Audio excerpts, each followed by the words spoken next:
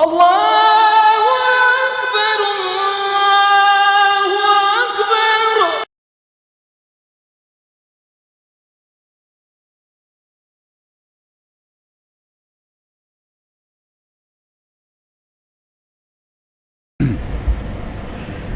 Assalamualaikum warahmatullahi wabarakatuh. Bismillahirrahmanirrahim. Alhamdulillahi rabbil alamin. Wassalatu wassalamu ala ashrafil anbiya wal mursalin Nabina Muhammadin wa ala alihi wa sahbihi ajma'in. Allahumma alimna ma yanfa'una wa anfa'na bima 'allamtana. Allahumma faqihna fid din wa 'allimna at-ta'wil wa zidna 'ilman ya rabbal alamin. Rabbi shrah li sadri wa yassir li amri wahlul 'uqdatam min lisani yafqahu qawli.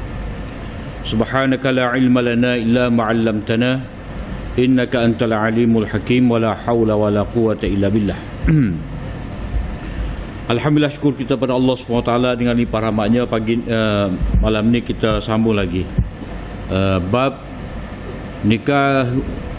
nikahul mut'ati wa bayanu annahu ubiha thumma nusikha thumma ubiha thumma nusikha wastaqarra tahrimuhu ila yaumil qiyamah. Ini bab tentang perkahwinan mut'ah, perkahwinan suka-suka, dan penjelasan bahawa diharuskan, kemudian dimansuhkan, kemudian diharuskan, kemudian dimansuhkan, kemudian tetap kekal pengharamannya itu sehinggalah pada hari kiamat. Hadis Abdullah bin Mas'ud radhiyallahu anhu qala kunna naghzu ma'an nabi sallallahu alaihi wasallam wa laysa ma'ana nisa faqulna ala nakhtasi fanahana an dhalik farakhasa lana ba'da dhalika an natazawwaja al-mar'ah bis-thawb thumma qara'a ya ayyuhalladhina amanu la tuharrimu tayyibati ma ahallallahu lakum. Riwayat daripada Abdullah bin Mas'ud, katanya kami berperang dengan Nabi SAW dan tidak ada bersama kami ni wanita. Maka kami berkata, apakah boleh kepada kami hendak kasih ataupun nak kembiri? Maka Nabi SAW melarang kami daripada berbuat demikian. Maka Nabi SAW membenarkan kepada kami untuk berkahwin dengan seorang wanita dengan mas kahwin pakaian, selai pakaian ataupun kain selimut.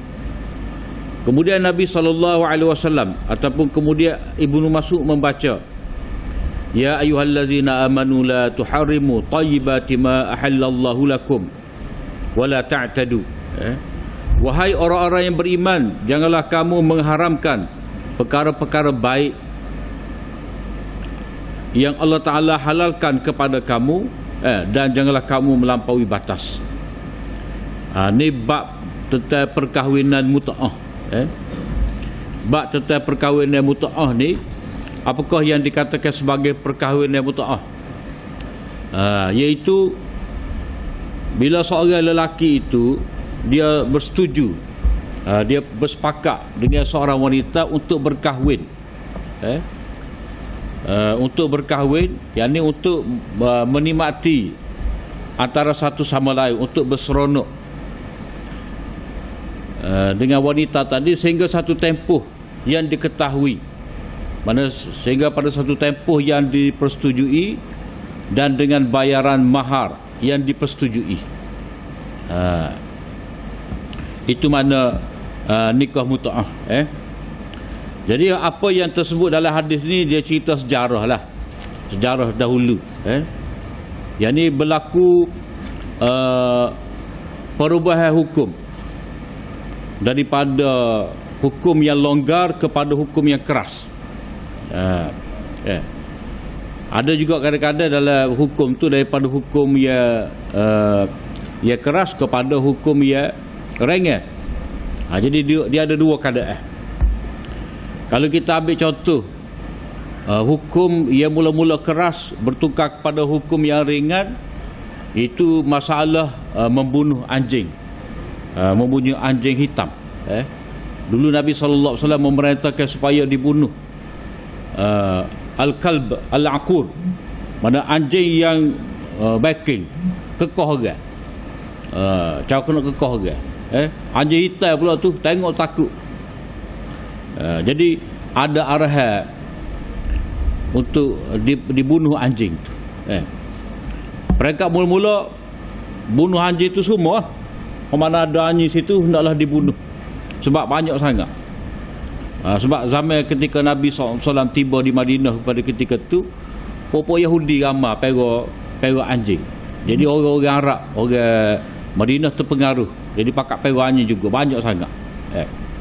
Jadi untuk tidak menyerupai orang Yahudi, maka Nabi memerintahkan supaya bunuh anjing. Satu peringkat. Peringkat yang kedua, Nabi memerintahkan supaya dibunuh hak itai ya. Hak itai, hak backing, kalbal aqud. Sebab ni membahayakan orang. Mana orang tu jalannya ambak, orang tu jalannya kekoh. Jadi itu membahayakan. Kemudian pada satu peringkat Nabi SAW tidak benarkan bunuh anjing. Nabi kata, mali walil kilab, apa kena mengena aku dengan anjing ni, tak payah aku nak sibuk-sibuk dengan anjing. Dia adalah satu makhluk Allah Ta'ala. Jadi dia, maknanya bila keadaan terkawal, maka tak ada masalah lah. Sehingga anjing tu pula jadi binatang buruan, boleh buat kerja lah. Ataupun jadi penjaga tanaman, jadi penjaga di rumah. Itu maknanya daripada dulu bunuh hak itai saja, lepas tu tak payah bunuh, lepas tu boleh pula guna sebagai alat perburuan. Kemudian contoh daripada hukum yang ringan pergi kepada hukum yang berat ni, iaitu masalah minum arak. Minum arak dulu, dalam Quran kita baca ayat peringkat Mekah ni, arak ni disebutkan sebagai benda yang memabukkan. Kalau orang tu ambil air daripada buah, macam Allah Ta'ala kata, wa min samaratin nakhili wal a'nabi tattakhiduna minhu sakaran wa rizqan hasana. Daripada buah-buah itu, buah tamar, buah anggur, kamu ambil perahan jus dia sebagai rezeki yang baik, dan kamu ambil juga ia memabukkan. Mana sindir gitu. Ni rezeki yang baik, ni hak mabuk. Kemudian peringkat pula, satu peringkat pula disebutkan lebih banyak mudarat daripada manfaat ada pada arak tu. Kemudian sampai satu peringkat disebutkan arak itu jangan kamu dekati bila nak semayang. Kemudian hak peringkat mutamak, tak boleh langsung. Minum tak boleh, beli tak boleh, jual tak boleh, akak kau orang tak boleh, perah pun tak boleh berlaku. Itu larangan muktamad. Jadi itu cerita sejarah.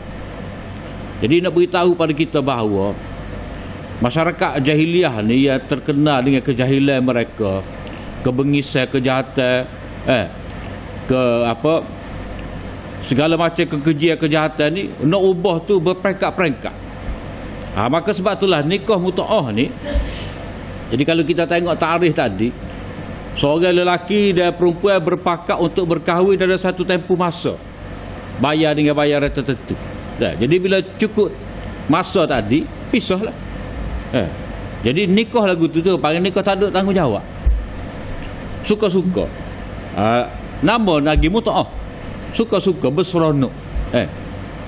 Jadi nikah muta'ah ni dia wujud pada zaman jahiliah, dan Nabi SAW tidak mengharamkan sekaligus. Maknanya Nabi mengharamkan berperingkat-peringkat. Hak mutamak Nabi haramkan itu ketika pada peperangan Khaybar. Pada peperangan Khaybar tahun ke-7, Nabi SAW mengharamkan secara mutlak nikah muta'ah tu, nikah seronok. Jadi nikah muta'ah ni hak berlaku zaman jahiliah ni dia biasalah. Bila seorang tu pergi mengembara nego ke, Jadi dia akan singgah lah di persinggahan dia tu, di pendalaman, di kabilah-kabilah tertentu dah. Jadi kadang-kadang lekat situ. Dia nak negara lekat, dia kena, dia pun nikah lah dengan orang situ. Nikah 3 bulan ke 2 bulan ke. Jadi dia suruh nak pergi tempat destinasi dia ataupun dia nak balik kampung dia pun tinggal lah perempuan tadi. Dia sesat. Jadi hak perempuan tu faham bahawa orang ni persinggahan je. Dia mai singgah je. Jadi dia susah kerja, dia akan tinggal lah kita. Jadi tak ada masalah, dia pun faham. Sebab budaya jahiliah dulu lagu tu lah. Perkahwinan ila ajal dipanggil. Ataupun an-nikahul muaqqat. Perkahwinan bertempuh. Ataupun berkahwin sementara. Jadi dia sudah kerja dia ataupun dia berkata ila tension dia kak. Dah. Dia nak balik rumah dia nak pergi ke tempat lain pula, tak bawa bini. Dah, dia pakai tinggal lah. Jadi dalam sejarah ni banyak lah. Zaman jahiliah dulu Abu Sufyan pun ada. Zaman dia jahiliah dulu. Dia pergi singgah pada satu tempat tu, dia berkahwin dengan orang situ. Jadi bolehlah anak panggil Ziyad. Dalam sejarah panggil Ziyad bin Abihi. Ziyad anak ayah dia. Ayah dia siapa dia tak tahu. Tapi Muawiyah ni dikesan, dia kata ni adik-beradik dia. Jadi dia pun kata Ziyad bin Abi Sufyan. Tu cerita. Maknanya zaman jahiliah lagu itulah berlaku perkahwinan mut'ah. Jadi Nabi SAW mengharamkan nikah mut'ah ni 2 kali. Iaitu pada ketika peperangan Khaybar dan sekali lagi. Sekali lagi Nabi SAW mengharamkan pada ketika Fatah Mekah tu. Perharaman secara mutlak. Cuma ia menjadi perbahasan di kalangan fuqaha ni. Kalau kita tengok baca tajuk tadi, nikah mut'ah ni diharuskan, diharam sampai bila-bila. Jadi apakah di situ dia ada patah balik daripada haram patah balik pada haram, daripada haram patah balik pada halal, pergi kepada haram pula. Itu menjadi perbahasan di kalangan ulama.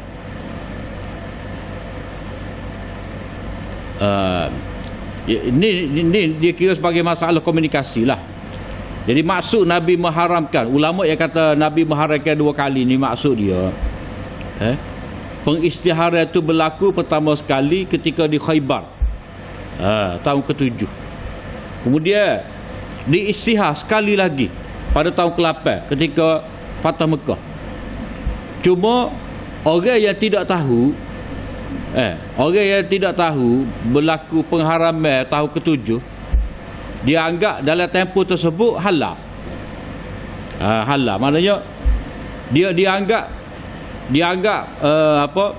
Nabi mengharamkan sekali lagi pada ketika Fatah Mekah tu, dianggap dalam tempoh antara tahun ke-7 dengan tahun ke-8 tu jadi halal semula. Sedangkan tidak. Jadi kepada orang yang tidak tahu, harus kepada dia. Jadi maksud nikah mut'ah pernah berlaku dalam sejarah ni, bukan Nabi suruh, bukan Nabi membenarkan. Maknanya pengharaman itu belum diketahui dengan jelas kepada orang-orang tertentu. Jadi Nabi istihar sekali lagi pada ketika Fatah Mekah. Kalau mengikut Ibnul Qayyim, tulis kitab Zadul Ma'ad tu kitab dia berjilid tu Zadul Ma'ad. Ibnul Qayyim ni dia berpendapat bahawa nikah mut'ah ni diharamkan sekali sahaja. Pada ketika Fatah Mekah. Dan tidak pernah diharamkan sebelum daripada tu. Tidak pernah diharamkan sebelum daripada tu. Jadi pada ketika tu dia kekal sebagai harus mengikut jahiliah. Mana Nabi tak kosek. Nabi tak kata apa, tak larang, tak suruh. Cuma dia akan timbul masalahnya dalam hadis berikut ni. Hadis Jabir bin Abdullah wa Salamah ibn al-Aqwa' qala kunna fi jaishin Fa'atana Rasulullah sallallahu alaihi wasallam faqala innahu qad udhina lakum an tastamti'u fastamti'u. Rasulullah sallallahu alaihi wasallam bersabda, sesungguhnya telah diizinkan kepada kamu untuk istimta', nikah mut'ah, maka bolehlah kamu istimta'. Ni dia panggil rukhsah. Jadi hadis kedua ni nampak macam Nabi ada suruh. Jadi kalau mengikut pendapat Ibnul Qayyim, dia kata pada Khaybar tu tidak haram lagi. Hak haramnya pada ketika Fatah Mekah. Buktinya hadis ni. Hadis ni cerita waktu tu orang mai tanya pada Nabi, boleh ke tidak nak nikah mut'ah? Jadi oleh kerana pengharaman tidak berlaku lagi, maka dibenarkan. Bukan suruh, bukan dianjurkan, tapi hak mana ada hajat. Sebab ada pendapat ulama kata nikah mut'ah ni liddarurah, kerana terpaksa waktu tu.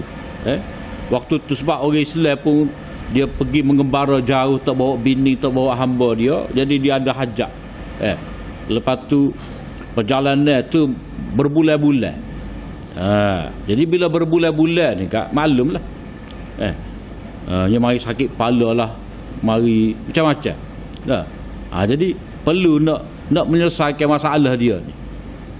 Maka ketika tu dibenarkan atas dasar belum diharamkan. Quran belum haramkan lagi. Maka dibenarkan. Tapi ayat Mekah ni dia ada isyarat dah, bahawa nikah mut'ah ni tak boleh. Ada isyarat dah, cuma tidak disebutkan dengan jelas oleh Nabi. Itu walladzina hum li furujihim hafizun illa ala azwajihim aw ma malakat aymanuhum fa innahum ghairu malumin faman ibtagha wara dzalika faulaika humul adun. Orang mukmin ni orang yang menjaga kemaluan dia, kecuali terhadap isteri dia dan hamba sahaya dia. Sesiapa yang mencari kesenangan selain daripada dua jalan tadi, bererti dia orang melampau. Maksudnya seseorang tu boleh melayani syahwat dia dengan dua cara saja, dengan isteri dia, dengan hamba sahaya dia, tu je. Jadi nikah mut'ah ni, nikah kontrak sementara ni, dia tidak dikatakan sebagai perkahwinan dalam arti kata yang sebenar, sebab masuk nikah ni ilal abad, nikah untuk selama-lamanya. Sebab kalau nikah dengan bertempuh, dia macam kita sewa. Sedangkan kita berkahwin ni, kita tak sewa dia, kita tak beli dia, tetapi adalah satu akad yang dibenarkan oleh Allah Ta'ala atas dasar tanggungjawab. Atas dasar tanggungjawab, dan dia ada hak yang timbul daripada tu. Hak ke apa? Wajib nafkah, wajib tempat tinggal. Lepas tu kalau berlaku perceraian, dia kena beredah. Kena beredah 3 kali suci ataupun 3 kali haid.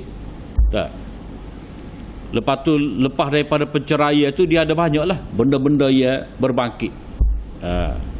Jadi perkahwinan ni kalau kata dia boleh tukar, nikah kahwin ni seminggu, nikah kahwin tu habis seminggu, nikah hak tu pula seminggu dah. Yang tu suruh nampak semak sikit, kaya sikit, 4 bulan. Lepas tu nikah dengan orang tu pula, habis 4 bulan nikah tu pula. Jadi dalam setahun tu beberapa kali dia boleh nikah. Kalau lagu tu rosak sistem kekeluargaan. Sebab syariat menetapkan bahawa dalam perkahwinan ni kalau bercerai dia ada iddah. Jadi kalaulah nikah mut'ah tu dibenarkan, dia akan jadi rosak lah. Rosak sistem tu. Dan nikah mut'ah ni sebenarnya dipopularkan kembali oleh golongan Syiah. Golongan Syiah. Jadi sebenarnya kalau kita tengok perkahwinan Syiah, nikah mut'ah Syiah dengan versi jahilah dulu tak sama. Iaitu orang tu dia pergi satu tempat, dia kenal, tak dia nikah.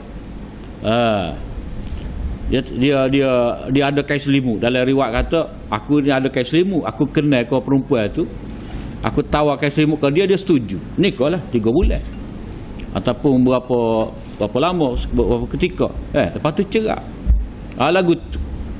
Hak ni kalau kata nikah mutaah zaman lah ni, dia kena daftar dengan tu email dia. Lepas tu dia ada pusat ni. Siapa nak nikah mutaah mari sini. Jadi sekitar kota tu sendiri. Jadi siapa ada rasa nak berkahwin, kita jadi ejen, kita pertemukan. Nak nikah lama mana? 2 malam, seminggu, 3 bulan, boleh. Dan kalau ikut pekoh dia, tidak ada eddah. Cerai pun tak ada, lafaz tolak pun tak ada. Jadi bila tak ada eddah, rosaklah. Sebab Syekh Shaltut kata, mana mungkin satu syariat ni boleh membenarkan seorang perempuan itu dalam masa setahun dia boleh bertukar dengan berbelah-belah orang suami. Dia paling terik apa orang? Kalau perempuan itu nak nikah, dalam masa setahun dia nak tukar tu lelaki berapa? Sebab eddah dia dah 3 suci. 3 suci mana 3 bulan lah. 3 bulan. Dah. Paling terik 3 orang je. Ataupun 4 orang. Dah. Kalau siapa 6 orang, 7 orang, itu syariat yang mengaku. Jadi hak nikah mutaah zaman jahiliyah ni dia zaman itulah zaman tak ada syariat. Zaman ikut suka-suka. Dan syariat seperti yang kita baca dalam surah Mukminun tadi, kalau kata nikah dia kekal sampai bila-bila. Kalau kata hamba, itu hamba yang, kalau kata perang ataupun hamba yang dibeli. Kalau zaman itu ada hamba, bolehlah. Dan hamba ni bukan bini. Kita beli dia. Jadi harta. Kalau nikah mutaah ni, dia hanya kita nak menikmati dia tu je. Anak pun bukan tanggungjawab suami tu. Eddah tak ada lafaz cerai, tak ada berlaku. Tak ada hadanah, tak ada hak penjagaan, tak ada. Serah kepada perempuan tu. Sebab itulah kalau diri tu dia rosak. Rosak. Kenapa? Kerana Syiah menganjurkan perkahwinan mutaah ni dia adalah satu perkahwinan ya suka-sukalah. Perempuan tu dia boleh ada faedah dia tu, boleh lah pitih. Sekali nikah boleh berapa ribu. Tapi dari segi tanggungjawab tak ada. Jadi tak boleh lagu tu. Dia rosak rumah tangga. Jadi dia akan jadi hak anggap sebagai bayar mahar tu sebenarnya bayar sewa, bayar upah. Jadi bila kata bayar sewa, bayar upah, macam jemerang setengah golok. Dah. Jadi itu bukan perkahwinan yang sebenarnya. Jadi dalam hadis ni, dalam hadis Jabir dan juga Salamah bin Aqwa ni ada dibenarkan, maknanya berdasarkan kepada amalan jahiliyah dahulu kerana belum turun pengharaman lagi. Kemudian ayat yang dibaca oleh Ibnu Mas'ud tu dalam hadis 887 tu, ya ayyuhallazina amanu la tuharrimu thayyibati ma halallahu lakum. Wahai orang-orang yang beriman, janganlah kamu haramkan benda baik yang Allah Taala halalkan untuk kamu. Jadi jangan kamu halal. Ayat ni apa dibaca oleh Ibnu Mas'ud. Ada ulama kata maksud dia waktu tu Allah Ta'ala tidak mengharamkan nikah mutaah, nikah lah boleh lagi. Jadi jangan kamu mendahului syarat, janganlah kamu mendahului syarat dengan mengharamkan benda yang belum diharamkan. Jangan gaduh. Maknanya mutaah pada waktu tu berkahwin sehingga pada satu tempoh dibenarkan pada waktu tu. Jadi nikah lah. Itu maksud dia. Itu pendapat yang pertama. Pendapat yang kedua kata maksud Ibnu Mas'ud baca ayat ni bukan berarti setakat la tuharimu tayyibati ma halallahu lakum, tapi kena baca sudah wala ta'tadu. Jangan kamu melampaui batas. Jadi maksud dia di sini, wahai orang-orang yang beriman, janganlah kamu haramkan benda yang Allah Ta'ala halalkan untuk kamu. Maknanya nikah tu disyariatkan. Jangan kamu tak sah nikah. Wala ta'tadu, janganlah kamu melampaui batas. Maknanya Tuhan benar dah nikah. Jadi jangan kamu nikah dengan cara yang Tuhan tidak benar ke, yakni nikah mut'ah. Maknanya pada waktu tu nikah mut'ah telah haram dah, tak boleh. Siapa-siapa nak nikah sampai bila-bila. Tak boleh dah. Tak boleh dah nak nikah 3 bulan, 4 bulan, setahun, tak boleh. Dia kena nikah, jangan ada niat untuk bercerai. Apatah lagi sebut ketika akad, tak boleh. Jadi maksud Ibnu Mas'ud ni, kata pendapat yang kedua, janganlah kamu melampaui batas, yakni janganlah kamu berkahwin dengan mengikut hawa nafsu kamu, iaitu berkahwin dengan bertempuh. Sebab yang dibenarkan kepada kamu adalah berkahwin untuk selama-lamanya. Jangan kamu melampaui batas, maknanya kamu berkahwin dengan menetapkan tempoh supaya kamu boleh berkahwin dengan berapa ramai bilangan wanita yang kamu suka, ataupun dengan berapa ramai lelaki yang kamu suka. Jadi ditegah daripada perbuatan berkahwin mut'ah ini.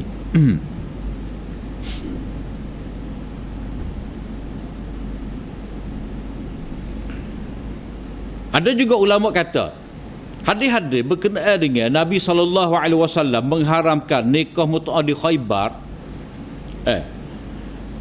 pada tahun ke-7 tu, itu waham perawi, keliru perawi.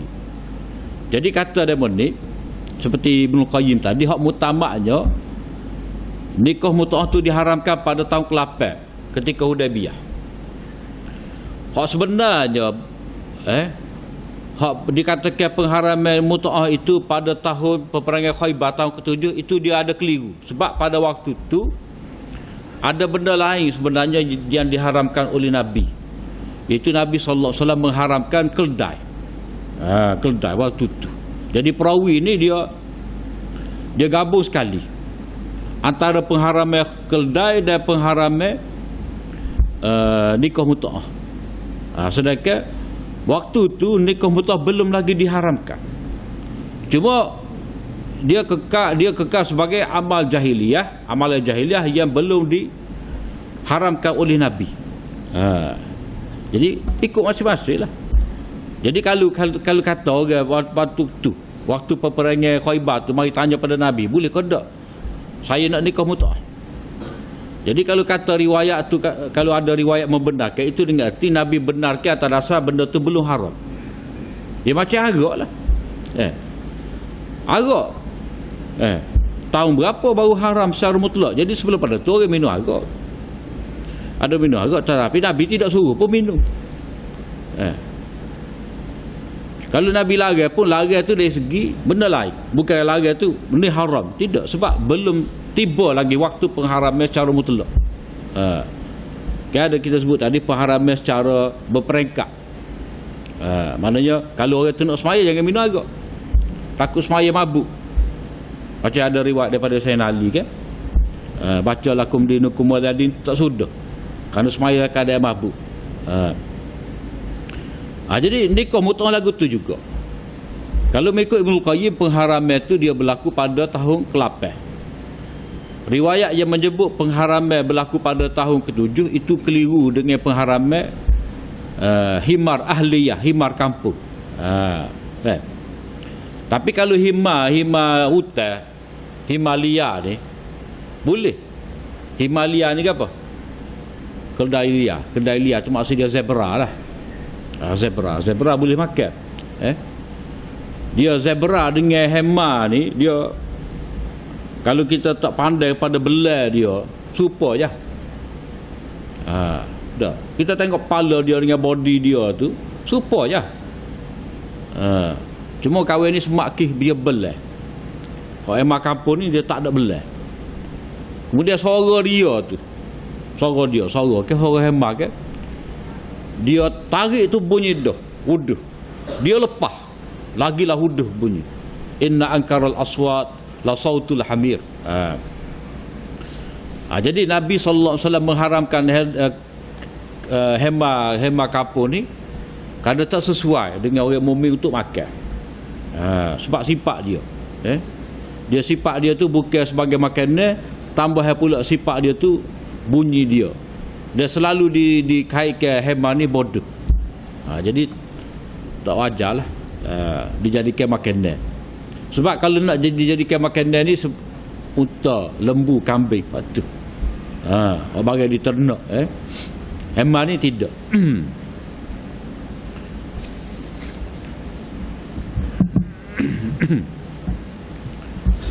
Kemudian riwayat satu lagi ni, hadis Ali bin Abi Talib radhiyallahu anhu anna Rasulullah sallallahu alaihi wasallam naha an mut'atin nisa yaum Khaybar wa an aklil humuril insiyah. Riwayat daripada Sayyidina Ali, Nabi sallallahu alaihi wasallam melarang daripada berkahwin mut'ah pada hari Khaybar. Ni kalau kita bahas tadi, dia kata ni keliru perawi. Bagi pihak kata ni tidak keliru perawi ni. Ini memang ada tambahan. Maknanya pengharaman telah berlaku pada Khaybar. Hak kata sekali tu dia tak tahu riwayat ni ada. Dia tak tahu riwayat ni ada, maknanya perawi tu ataupun sahabat hak menyebut hanya berlaku pengharaman ketika ketika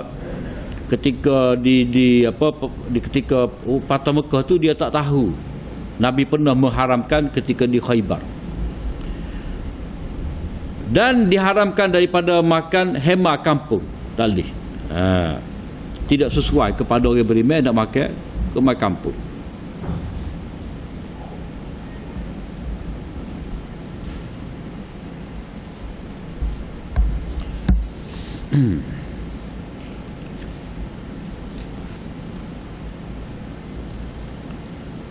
Kemudian bab berikut. Cuma kalau kita balik pada situasi lain ni lah. Maknanya kedudukan nikah mut'ah ni seperti yang disebutkan dalam tajuk kita ni, dia haram sampai bila-bila. Tak boleh. Sebab satu sahaja cara berkahwin, itu adalah berkahwin dengan kekal. Kalau kata berkahwin sehingga satu tempoh, itu yang pertama perkahwinan yang tidak menepati maksud. Sebab perkahwinan ni dia hubungnya selama-lamanya. Macam Nabi Adam dengan Hawa lah. Dia nikah dua tu kekal sampai bila-bila. Dia tidak boleh ada niat nak berpisah. Bila berkahwin tu dia tidak boleh putus. Macam kita jual beli lah. Kita beli bagai. Kita beli bagai. Kita tak kata saya beli ni 5 bulan lagi saya atas. Tak ada. Kita beli tu memang nak jadi milik kita. Kalau kita kata kita beli ni nak beli 3 bulan, itu panggil sewa. Jadi kalau kita berkahwin dengan kita kata kita nak nikah dengan demo ni 3 bulan je, berarti kita sewa dia. Jadi sewa-sewa ni bila kita nak servis dia tu, manfaat dia tu. Jadi manfaat pada perempuan ke apa? Nak ke tu dia tu lah. Hubungan kelaminnya dia tu je.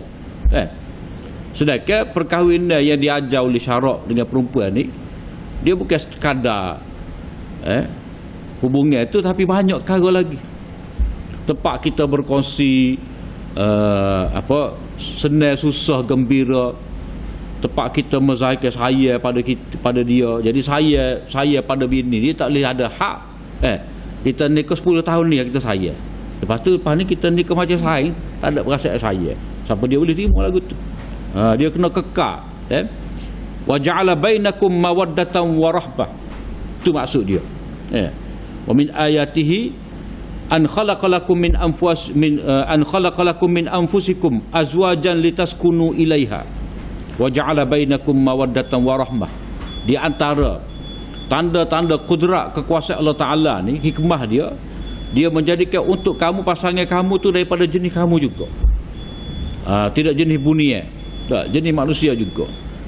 Supaya kamu tenang, sekung molek dengan dia, rasi molek kamu dengan dia.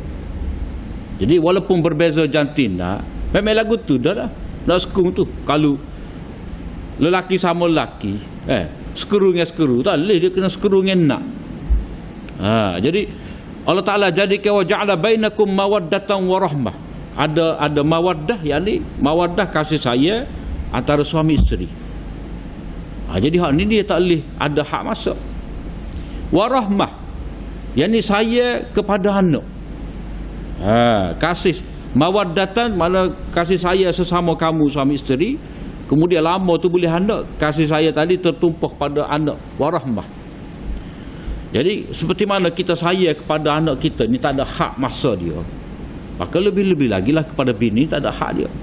Jadi kalau kata perkahwinan tu ada hak, ada tempoh waktu dia, mana dia tidak mendapatilah maksud daripada perkahwinan. Sebab maksud perkahwinan ni bertanggungjawab. Kita nak ada anak, kita kena ada apa kata jodoh sampai mati.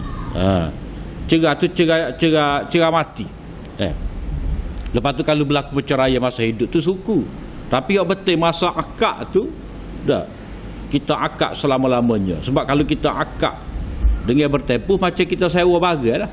Jadi seolah-olah kalau kita buat wanita lagu tu, ataupun kita jadikan diri kita dikahwini secara mut'ah, maknanya kita anggap diri kita ni barang. Kita menghina diri kita. Mana perempuan tu dia hina diri dia, lelaki tu pula dia menghina perempuan. Jadi tak boleh lagu tu. Sebab itulah syarat menetapkan bahawa perkahwinan suami isteri itu mestilah dalam bentuk berkekalan. Sebab tujuan perkahwinan bukan setakat untuk hajat kelamin tu, tapi banyak perkara.